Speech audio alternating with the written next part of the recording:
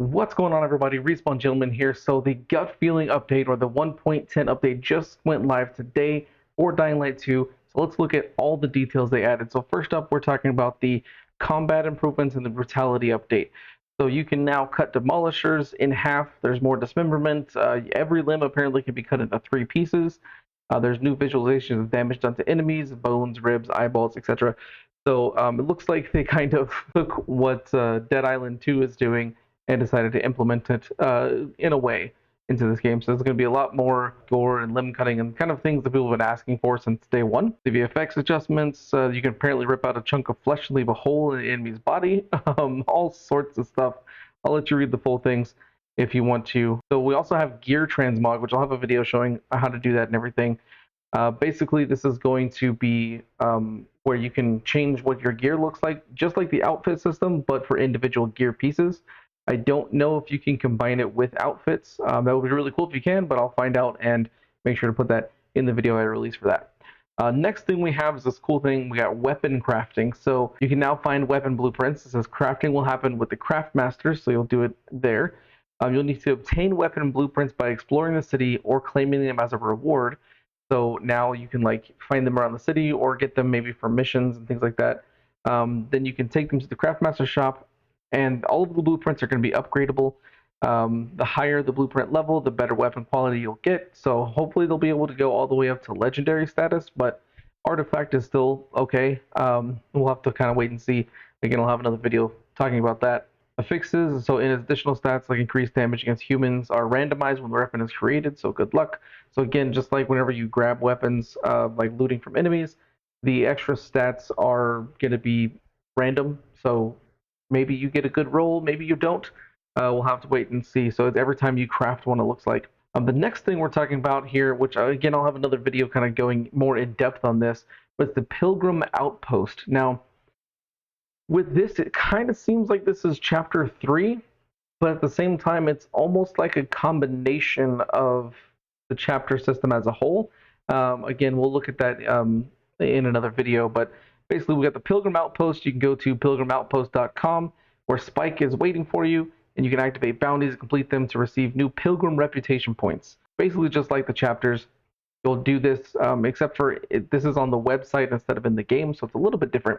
You'll get Pilgrim tokens, which you can use to spend in the armory, buy weapons, outfits, probably gear pieces, crafting supplies, things like that, I would imagine. You can also buy an outpost drop where you can get random crafting materials and weapons, so there's going to be a lot of stuff there, and you can apparently get one of 5 newly completed Pilgrim weapons that are exclusive to the Pilgrim Outpost, so there's going to be 5 weapons on there. I'm wondering if that means that you can only obtain one of these and that's it, and you'll have to trade for the rest, or kind of how that's going to play out. I'm hoping you'll be able to obtain all of them. Then it says the more bounties you complete, the better gear you can complete, Sorry. Every week you get 6 unique bounties to complete. Finish them all, and you get additional reputation points. So, again, this is a bounty system. I don't know what the bounties are just yet. I think that's going to go into more of my in-depth video. And it says the in-game bounties. So they've kind of had new daily and weekly bounties. So now bounties are introduced after the prologue instead of having to wait until you actually get to the central loop. So that is interesting. As you finish the daily and weekly, we'll get you in-game rewards like experience points or legend points, which is good. So I'm glad it's an alternate way to use to get legend levels. And then for every 5 bounties completed, you receive an additional reward where you get a bounty bonus box that has possibility to drop exceptional weapons and other equipment and things like that. So I'm interested to see what this is like, to see if this is like a combination of the chapter system or if this is more specifically for that Pilgrim Outpost. So they kind of put this under a title of teleporting to other players in co-op, but not all of these are related to that. So this is a huge one here. The ability to dismantle weapons to receive crafting resources. This is absolutely huge. It's something we've been asking for a while, and now we have that, which is amazing. Also right here, two-handed weapons receive some love with the ability to add mods to them, which is also huge because I know there's a lot of people who love two-handed weapons, but you can't mod them. So that is now a thing going to be in the game. I love that. You can also turn on or off in-game event participation, which is another huge thing. I know a lot of people have been asking, like, I don't want to do the events. I don't want to be a part of that. Give me the ability to turn it off. Now you can, which is huge. They apparently rebalanced the number of howlers during the day, And you can knock over enemies by sliding into them, so it kind of gives you more different things you can do. So I think that's interesting. Probably gonna see a lot of people sliding into zombies now. And then there's gonna be more special encounters during the day, which is really good because right now they're kind of stretched far apart.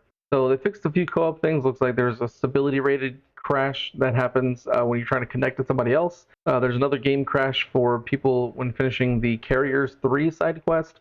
We've got some more issues of like the icons popping up. Like when you join a co-op session, there's like a million icons on the screen. That should be fixed now. Let me know if co-op runs a little bit smoother for everybody now. If you're still having some co-op issues, let me know in the comments below. So go on to the gameplay fixes. One of the things they fixed is the huge groups of tyrants and volatiles will no longer be spotted in the open world. This was a bug that was introduced in the 1.9 update where you just be walking around at night and all of a sudden there's like 500 volatile tyrants just staring at you, and it was terrifying. So that should be fixed and shouldn't happen anymore. Fixed an issue where players couldn't complete achievements, so hopefully if any achievements that you've tried to get haven't been able to get yet, let me know if you're able to get them now. It would be really great if you could. Oh, this is actually really huge right here. Players will be able to escape from a volatile if QTE hold mode is enabled. So before, if you had hold mode on, you would not be able to escape from a volatile and you would die every single time. So it would force you to mash the button. Now that's fixed, so you don't have to mash the button if you want to hold it down instead. Just make sure you have that option turned on, and that should fix that for you. This is another big one. A lot of people have been complaining about this. It's fixed an issue with loot missing from the sunken airdrop. So there's one where you'd open it up, there'd either be nothing inside, or you couldn't open it up at all. So hopefully that does fix that one. So here's a couple that are kind of interesting. So players can no longer see what's under the map during the X13 quest. That might also fix the kind of glitch where you could get into X13 after you finish the game, or even technically before you even got there in the first place. So that may be no longer possible to do. I'd have to do some testing to be sure. This is another interesting one. It says players can no longer obtain an unlimited amount of spears during the last fight in the Bloody Ties DLC.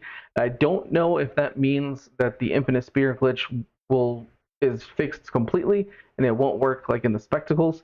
I will do some testing and let everybody know if those are still possible. So next we have the technical updates, and most of this is related to like graphical quality, like improved volumetric shadows, foliage, lighting, water reflections, things like that.